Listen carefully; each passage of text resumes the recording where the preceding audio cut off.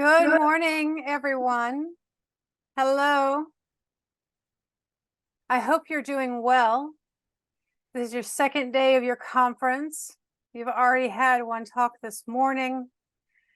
I just want to let you know that it is only fair that I'm up at 4:52 a.m. to give this talk to you, because I know that so often you have probably had dinner and gone to bed and woken up to have meetings with people who are on my side of the world. So I very much appreciate the fact that I get to pay you back a tiny little bit for all of that time.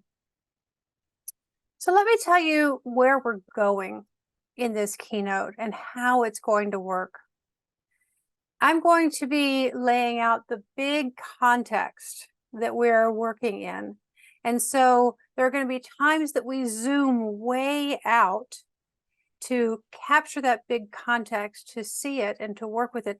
And then we're going to zoom in to something practical, something related to daily work. And then zoom out again and zoom in. And at the end, about toward the end, we're going to zoom way, way, way out, all the way into outer space, if you're willing to take an imagination journey with me out that far. And I hope you will be. So this talk is the only talk I've given all year long. I started with this talk with the Regional Scrum Gathering in Japan. I am with you now. And in a few weeks, I end this talk with the Regional Scrum Gathering in Peru. And the reason why this is the only talk I have done all year long is that I think that the message that I am offering you is, at one time, it's urgent. Yes, it's urgent. But at the same time, we have to approach it with what we know how to do well, which is sustainable pace. So the Agilist Emerging Superpower and our Planetary Challenge. Let's start by zooming out to the big shift that's happening in business all over the world. And this is part of the reason why the job of agility is so challenging, is that we are in a bigger context than us.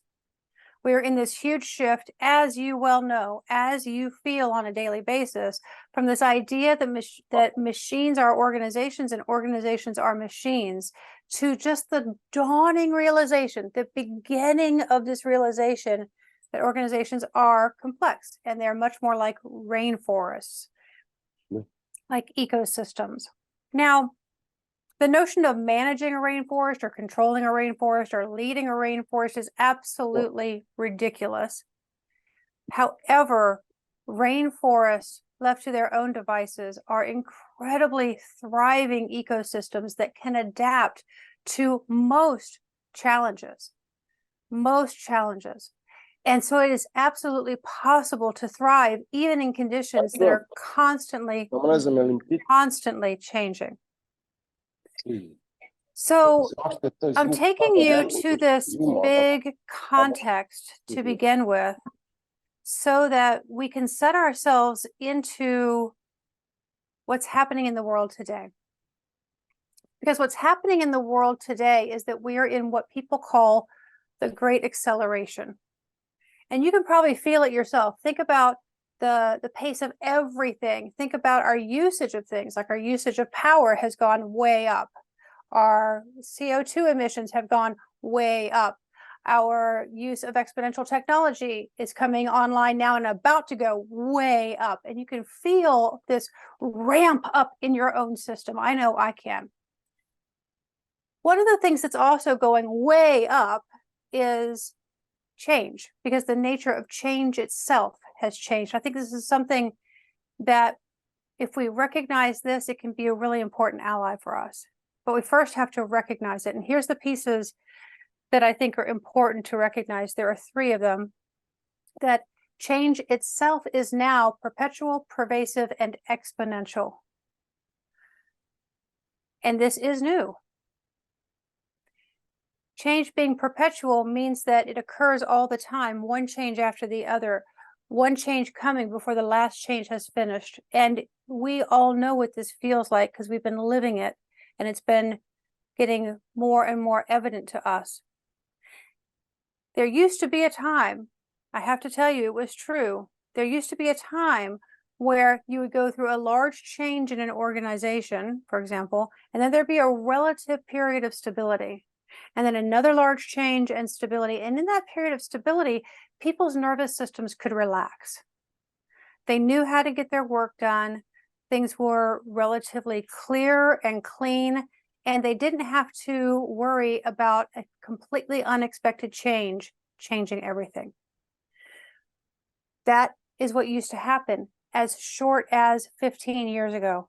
And here we are now where that does not happen anymore. Change is also pervasive, meaning it's not just at work that it's happening to you. It's in your home life, it's in your internal life, it's in your volunteer work or whatever communities you care about. Change is pervasive and exponential. And the important thing about exponential is that we human beings are quite linear. We understand linear really well. We understand that in our bodies and we understand that in our minds. We do not understand exponential in our bodies and minds. Yes, we understand it conceptually, but exponential consciously, constantly surprises us. Human beings are not yet built for exponential, but here's the good news. We are so good at adapting. And so if I say to you today, the pace of change is never slower than it will be at this very moment, you might feel in yourself the feeling of, oh God, please tell me that's not true. I know I feel that. And humans being good at adapting is a truism. And I think the agility movement and the agile community in the world is leading our ability to adapt. So that's part of what I want to show you in this keynote. So if all of this is happening, if change is perpetual, pervasive, exponential, we're all on this change bus together. You know, someone's got the accelerator all the way to the floor. There are no stops. We're not getting off this bus. We're going to have to get good at working with this constant accelerated pace of change. Then a really important question is the one Peter Senge asked, which is how can we stop going faster when our ability to see further ahead is decreasing? In other words, the notion of keeping up is no longer a smart strategy. In fact, it's no longer even a viable strategy. The notion of what is our next wise step, given the entire set of circumstances, is probably a more sane strategy. So let's start to narrow in to agility and how agility is related to this. You know that agility comes with a whole new vocabulary. You know, get out your dictionary because there are some new terms you're going to have to learn. These terms are all related to practices, and with in agility, all these different agile frameworks, there are a certain set of practices that we start with, but there are an unlimited set of practices that fit under the agility bucket. And people could reasonably look at those practices and look at groups of people practicing those things and go, yeah, I get it. I get how Agile works. This makes sense to me. And what they're not getting probably is that these practices are merely patterns that currently work to generate principles that we're going for, to generate values that we're going for, and to generate a mindset that we're shifting to. Very much that mindset from machine to ecosystem. So there's a deeper structure of agility here. You can think about it as, like, if you can imagine right now, let's just do this right now. So wherever you're sitting or standing, just imagine that you locate your tailbone at the base of your spine. So go ahead and do that. And now in your imagination, drop a cord from that tailbone all the way down through the layers of dirt in the earth beneath you. Drop it all the way down to the center of the earth. And allow that cord between your body and the center of the earth to become stable. And if you're up for it, you might even breathe in the energy in your imagination from the center of the earth. This feeling is what agility offers us, is that no matter what practices we're using, no matter how many things are changing, we can always count on this deep, deep structure of agility to hold us well. I wish someone had told me this early on when I was first practicing agility, and it took several years before someone finally said it, and it helped me make sense of so many things. They said Agile frameworks themselves are intentionally incomplete, because if we made them complete, they would be too specific. They wouldn't be fit for purpose for the very many situations and changes that we have to adapt to. So they're intentionally incomplete, and they need practices and behaviors from other disciplines. I and many other people bring in other disciplines all the time, because what we're doing is inspecting and adapting into a way of working for a given situation. And what is important about that is we're doing it without capitulating to the limiting beliefs and structures that are no longer serving. And the way we do that is change practices without changing the fundamental mindset, values, and belief system that agility comes from. So if we adjust a practice, we do it in such a way that it's still generating what that practice was trying to give us in terms of principles and values and mindset. So that's one way that we can actually adapt agility itself in a safe way. Now, the thing that I think is beautiful about agility is that Agile frameworks themselves are quite complete for doing a very specific thing: metabolizing change. So this word metabolizing, we usually talk about it when we eat food. So we eat food and we metabolize the food, which means we get all the nutrients out of it.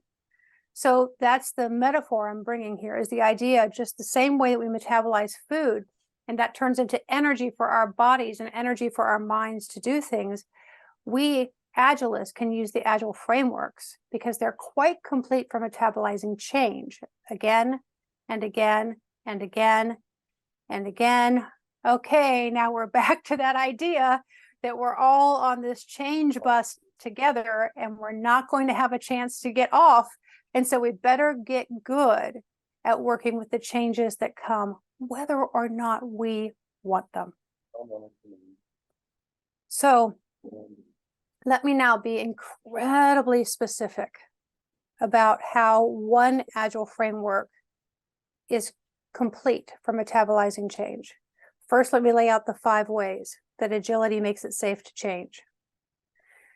I work mostly with leadership teams these days, and mostly in organizations that started with self-organization and agility. So I don't need to convince anyone about it. They still have all kinds of challenges.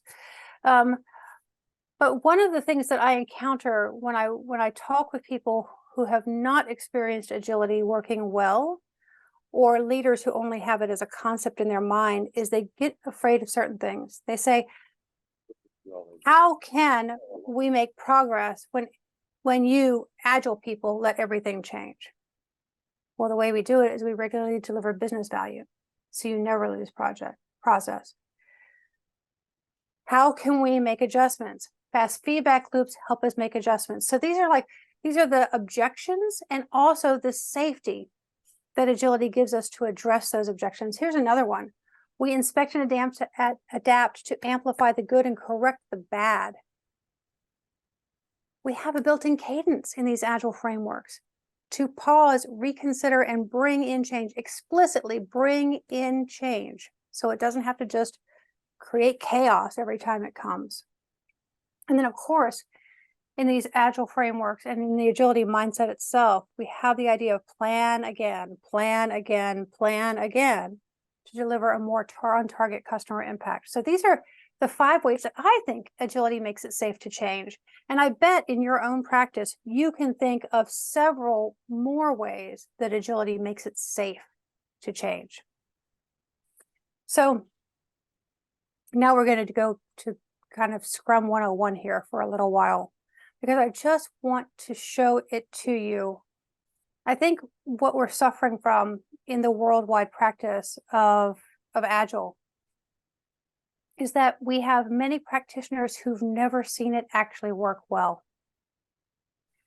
And so I want to show you what happens when we use it, because when we use it, it works well to produce these very specific outcomes, this safety to change. So, okay, first of all, my Scrum diagram is super, super simple. It's got this one line where we go from the backlog to a delivered piece of value. And then it's got this feedback loop where we do the sprint review and retrospective, and those results come right into the backlog. So we close the feedback loop as much as is possible. So this is my simple diagram. I'm going to walk us through those 5 things and show you how Scrum, at least, makes it safe to change. All right, so what about regularly delivering business value so you never lose progress? Think about this. If we are planning a short list of things,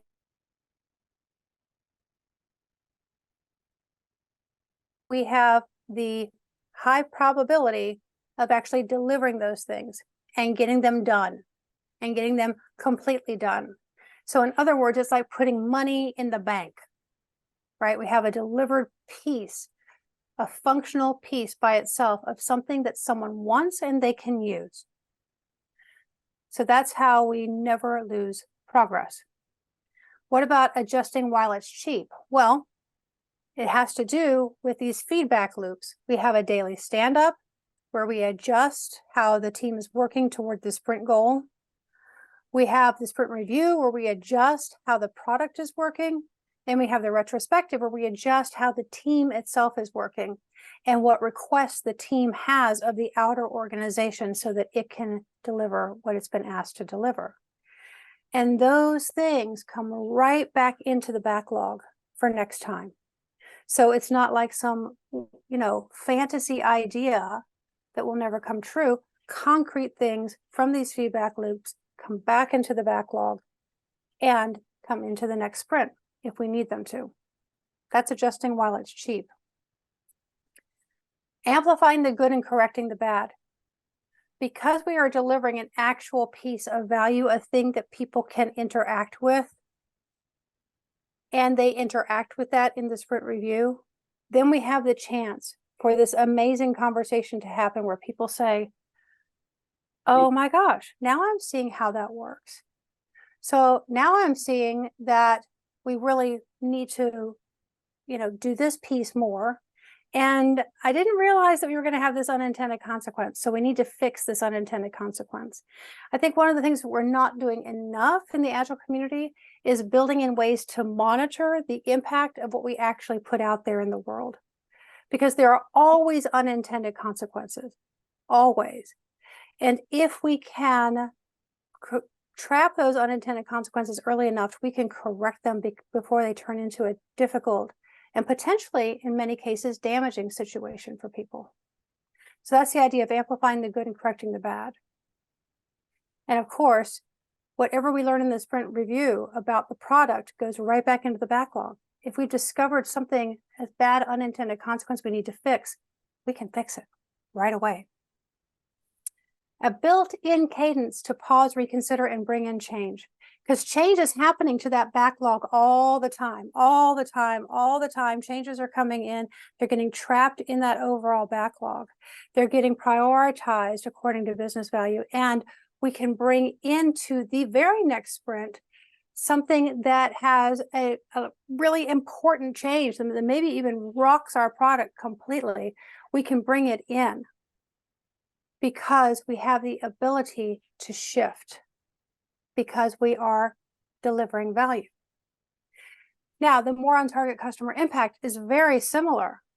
Because we're planning a short period of time, a short list of things, then we are actually able to deliver them at the end, and a customer can interact with that and they can say more of this, less of that. So these are all the ways that agility makes it safe for us to change. Those are just some examples of how Scrum, the framework itself, gives us those things for free. So if I think about, so what would it take for us to really use that well? These are my 5 top tips for using Agile well so we can metabolize change.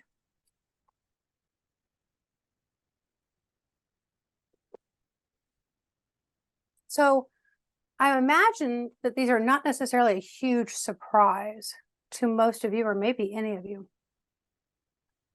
I want to highlight one that I think takes us down the road of what's going on, that we don't do this as much as we know we could.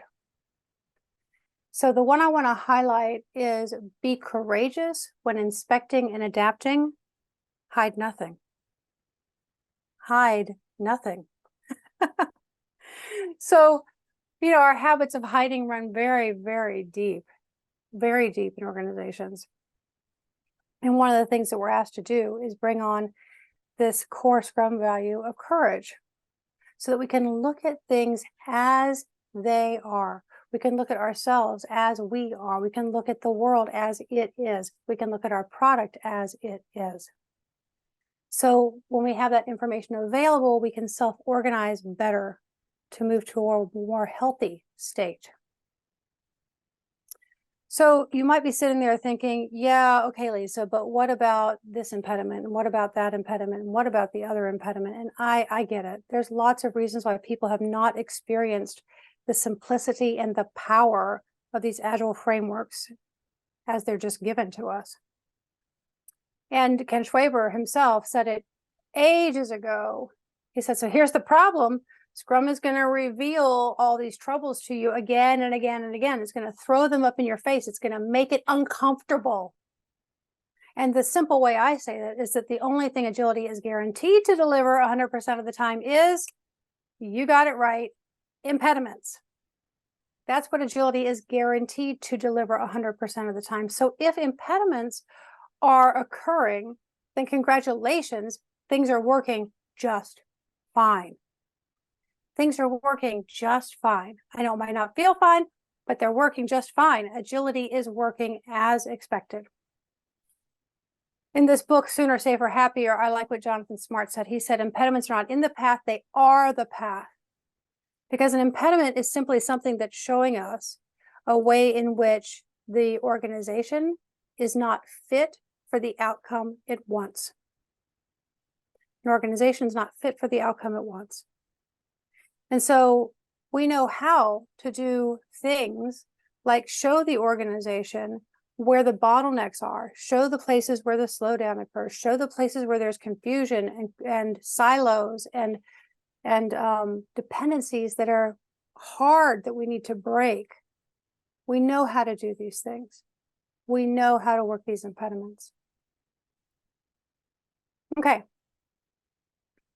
So get an impediment in your mind right now. It can be a small one. It can be something that's just slowing you down. Or it can be a big one. It can be something that's like really stopping your ability, your team's ability to deliver. Because we're going to be coming back to this impediment in a little while. Okay, let me take you to a different place. My belief, my assertion, that we have an emerging superpower, and it is simply the power to metabolize change for good. And I want to show you the ways that we already know how to metabolize change for good. This is using a model called the edge theory of change. It's quite simple. There is a current reality. I'm going to put reality in quotes, a current reality, a current way that I look at myself, my situation, my team, my organization, my world. And then there's what's trying to emerge. It's the thing that we change into. So let's just go with some simple life situations. So many of you have probably gone from being a couple to being parents. That's a big edge that a lot of us have crossed. And I bet you, if you're like me, you realize that the day you brought that baby home, there was nothing in the world that was going to really prepare you for the reality of it. Yet you were invested in it and you made all those changes necessary to be parents. What about having horrible stage fright to playing guitar in bars? People do that. people cross those edges. Here's another one, having unrestricted mobility, and then during COVID being in lockdown. We all went through a lot of change edges at that particular time. Now, this is just to say that you know how to do this. You know how to cross change edges. And as Agilists, you probably do it more than the average person. You have a superpower. So Agile itself puts us at change edges, and you've probably experienced this yourself or seen someone else go through it, going from being told what to do to volunteering for tasks. That seems like a very, very simple thing. It's a change edge that freaks a lot of people out. What about deciding for the team? If you're a manager or a leader or someone in power in some way, deciding for the team to letting the team decide. Ooh, that's a big change edge that a lot of people cross in order to use agility well. What about avoiding failure at all costs? To what Agilists say, embracing fail fast to learn. So these are just three. There are very many, but these are just three common change edges that Agile puts people at. Okay, Agile puts organizations themselves at change edges. So if we start to abstract this up now to the organization level, here are three main change edges I'm seeing play out in organizations all over the world right now.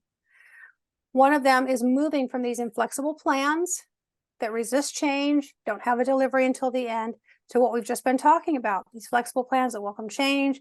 We're putting money in the bank every single sprint because we're delivering, we're getting to done. We're being courageous when we're inspecting and adapting. To specifying the product, from specifying the product and waiting for delivery at the end. You know that one. To actually guiding the product because you're getting incremental delivery all the time. You don't have to wait till the end for value. This is a big one going on in the world right now. This idea of funding disconnected projects all over the organization, to using the intelligence we have about delivery capability in the organization and linking the budgeting to long-lived projects and long-lived teams based on their actual delivery capability. That's way more predictable than anything else. So these are some common change edges that are happening for organizations right now. Because we are in this environment of constant change, and because we Agilists are always ourselves changing, we are now getting set up against some very key change edges that are going on in very many Agilists right now that I notice. One key change edge is this notion of when I feel discomfort, I have to get rid of it as fast as possible, to I can actually sit in the discomfort. It's okay. It's not going to kill me because it's part of growing, part of that growth mindset. The idea of waiting for change to happen from above to being an agent of change wherever you sit, doing what you can. What about doing what I'm told, to being courageous enough to ask questions and voice opinions so we can all discover what's better? So maybe some of these change edges are in operation for you or in other people that you know in your teams or your organization. Or maybe you're already thinking to yourself, no, it's not exactly that change edge that's happening for me, but it's this other one. So that's cool. Knowing it is the most important step. It's obviously step one, but I believe it's also the most important step because as soon as you have recognized you're at a change edge, you've already started to cross it. Okay. Remember I said we have this superpower for metabolizing change, and we have everything we need in the Agile frameworks to do it. So if that's true, why do all these impediments continue to exist? I maintain that it's not because we're not smart enough. I think we are. I maintain that it's not because we don't know what to do. Most of the time we do. We have all kinds of models and patterns and processes, and we've got all kinds of stuff to figure impediments out. Here's something for you to consider. Perhaps these edges are not getting crossed and these impediments continue to exist because of conversations we are not having. When I start to work with a new organization, most of the time I can feel the weight of these conversations in the air. There are things that are not being talked about. So remember that impediment you thought about a little while ago? Bring it back into your mind. And now ask this question. To address it, what conversation do you need to have? So think about that now. What conversation do you need to have? Think about maybe who you need to have it with. Okay. So what I'm going to do now is help you get ready to have that conversation. And what's really important for you to know about conversations like this is that it's not a good idea to just show up and have it with no preparation. It's not a good idea to wing it, as we say. Don't wing it. Preparation is important. There are two pieces of preparation, inner work and outer work. So the inner work is for you to pause and get yourself in alignment. And the outer work is to practice doing the conversation and then go do it.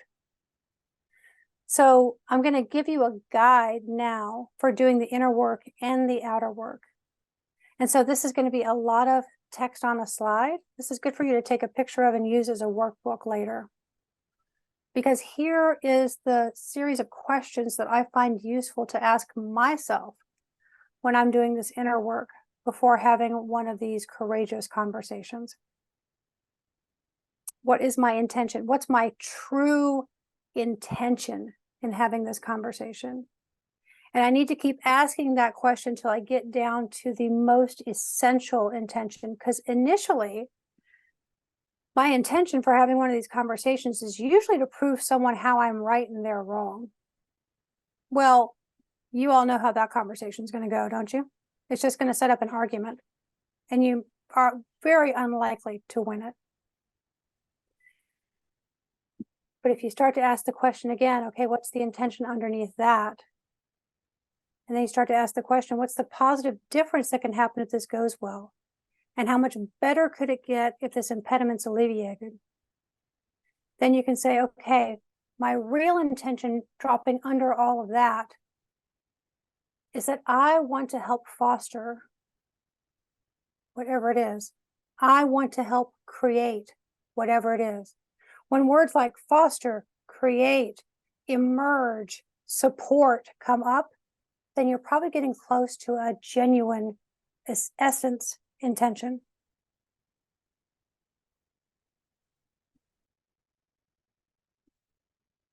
Also, in the process of asking yourself these questions, it's going to become obvious to you what you need to ask for. There are probably things you need to ask for to do the job you've been asked to do. And you better find out if you're going to get them. You also might need to assert some perspective you have. And that's going to go much, much better if you're first able to talk about the vision you have for how much better this could get, if this impediment gets alleviated, if this change edge is crossed. So that's your inner work. Who knows how long it'll take?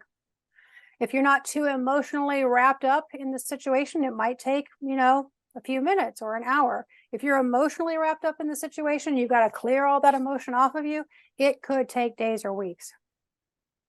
You'll know you're ready when you can think about the situation without being aggravated with the players in the situation. Once you are ready, I would say maybe a little bit before you feel like you're ready, go ahead and start practicing it. Practice key moments. Actually, practice what you're going to say. Say to a friend exactly what you imagine is going to come out of your mouth when you say this to this person. Because I'll guarantee you this, the first time you say it, it'll be full of a bunch of words, it'll be confusing, it'll be off point, and it will not be effective. But if you iterate on that several times with your friend, you'll get down to what's important to say. And the chances of this being successful go up dramatically. So here are my pro tips for how that goes well. And then just go do it. All right. I truly am hoping that we all start to have more courageous conversations and we all start to work in a way that allows agility to metabolize all this change that's coming at us all the time. And now I want to take us to an even bigger context, a context even bigger than business, corporates, much, much bigger than that. Try this idea on for size, that agility might be more of a brilliant emergent response to all of this change to help us thrive in it, help us thrive in disruption than anything else. I ask myself the question, if it's no accident that agility has arrived on the planet at this specific time, then what is it here to do? And what am I here to do? So now I promised you'd have the chance to take an imagination journey with me all the way to outer space. So if you're willing to do that, come along with me. And if not, that's fine. Just listen to my words, but don't enter your imagination space. That's cool. But if you want to do the imagination journey, at this point, you will downcast your eyes to the floor or maybe even close them. And just take a few deep breaths. Boy, there's been a lot of information in this keynote. A lot of food for your head. We're just going to relax all that now. And imagine that there's a little dot of light in between your eyes and your forehead. A little dot of light. What color is that light? Okay. You notice this light is pulsing, and you notice that now there's a thread from this light, like a little beam of light from the middle of your forehead that takes you up, up, up. So allow your body in your imagination to rise out of your chair. Allow it to rise to the top of that beautiful space you're in, or allow it to rise above the building, rise above the city. Now you're looking down, you see the city. Now you're looking down, you see the bigger area, the geography, the mountains, the lakes. Now you're looking down, you're seeing more of the curvature of the earth itself. Wow, you're getting so high into outer space. And now you're looking down and the earth is gone. And you're just floating in outer space in this vast, vast beauty of stillness and wholeness, quiet. Just allow yourself to enjoy this perspective for a moment.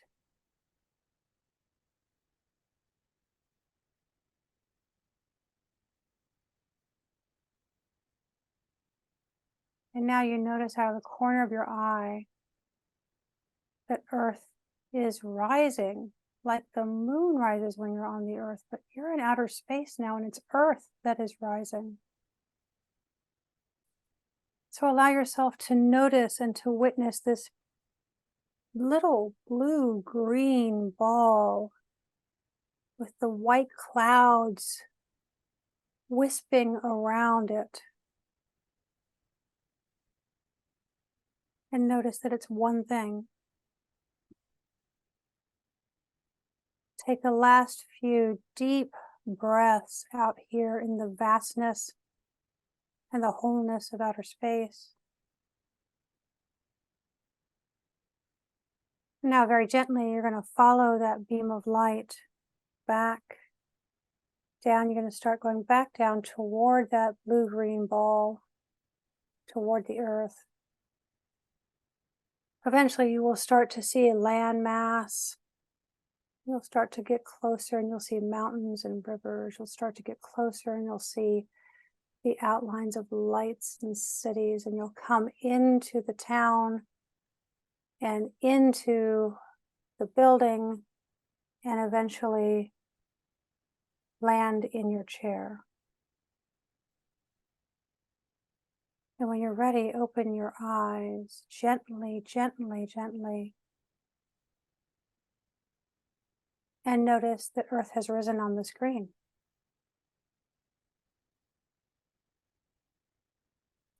So I want to take us now to the largest context that we humans have ever experienced together.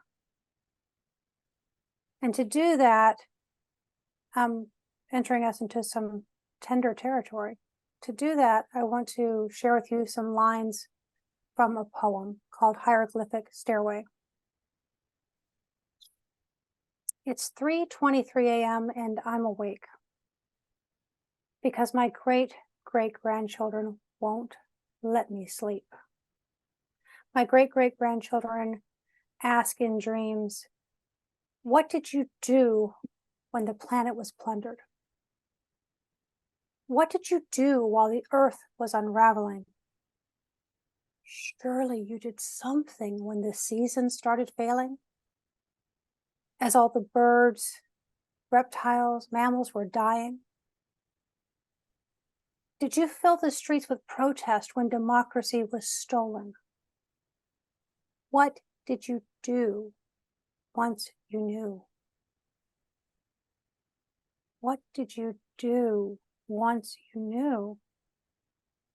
What did you do once you knew? Oh my gosh, that has been a drumbeat in my mind, haunting me. What did you do once you knew? And it's part of why this keynote is so important to me. It's part of this small thing that I'm doing to create awareness about our superpower and our equal challenge. Part of what I have been doing to answer that question, what did you do once you knew, is I've been learning this year from two amazing women, Michelle Holliday and Laura Storm. Because my question is, what happens after it all falls apart?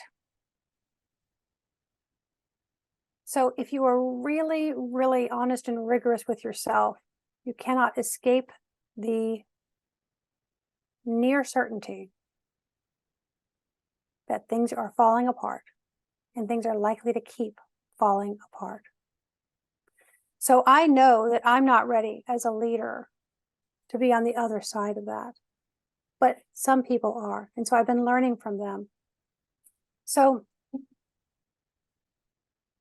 another thing that Laura Storm has brought to me, or an important thing she's brought to me, is a little bit of an understanding of how do we get to the place where we allow this machine model to overtake everything, even in places where it was never meant to be applied, where it actually doesn't fit. And again, I would say this is a place where Agilists are a little bit ahead of the curve.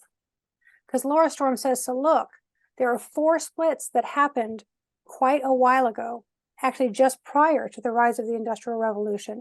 And these created the ground conditions for us to treat everything like machines, even human beings. So what created the ground conditions were these 4 separations: humans over nature, masculine over feminine, outer striving over inner knowing, and left brain over right brain.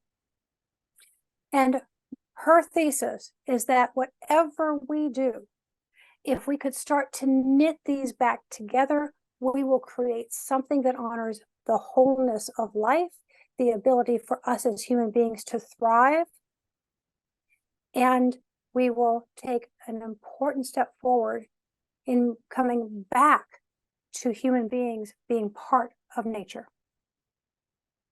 Okay, even in this, I believe that Agilists are just a little bit ahead. So let's just take the masculine over feminine split that happened a long time ago and that we're all still living with. There was a time that it wasn't like this, everyone.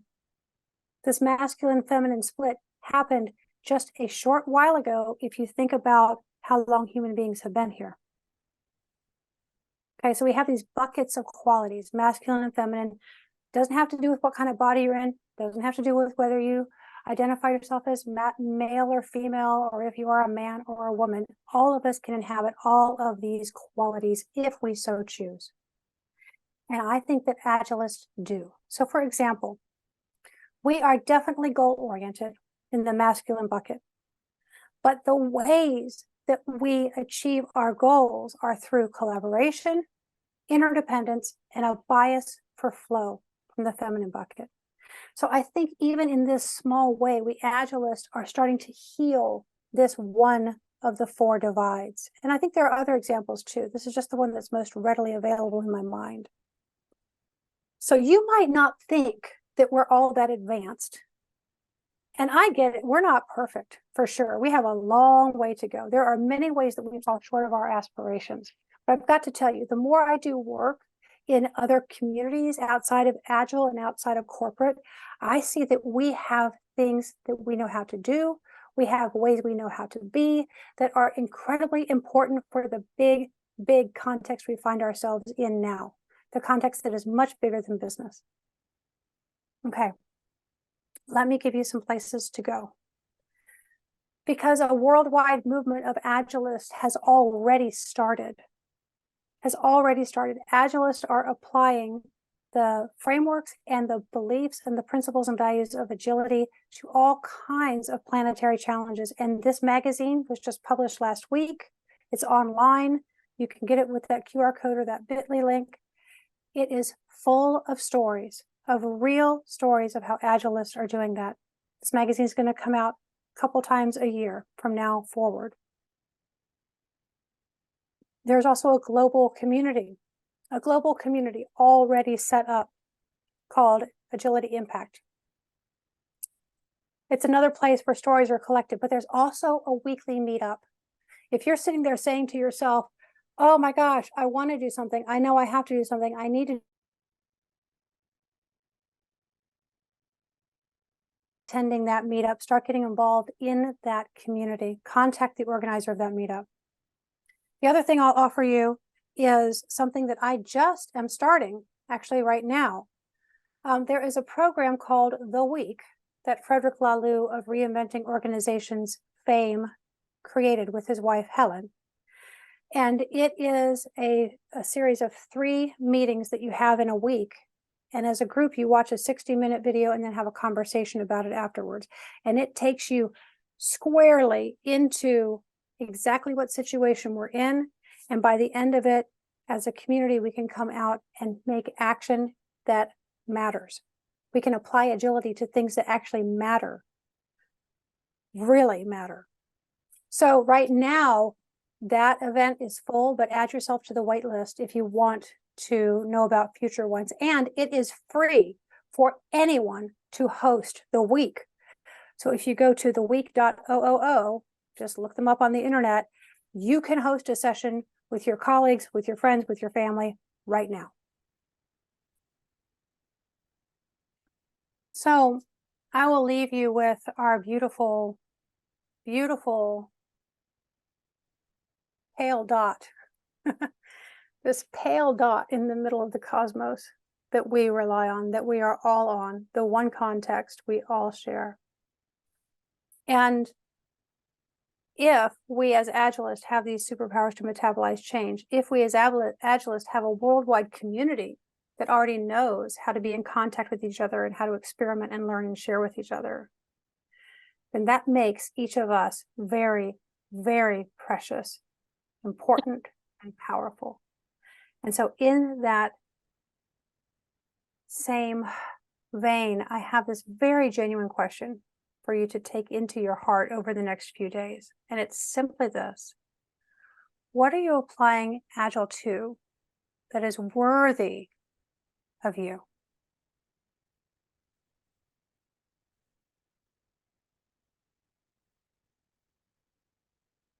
Thank you. Thank you for allowing me into your conference. And to the extent that it happened, thank you for allowing me into your hearts.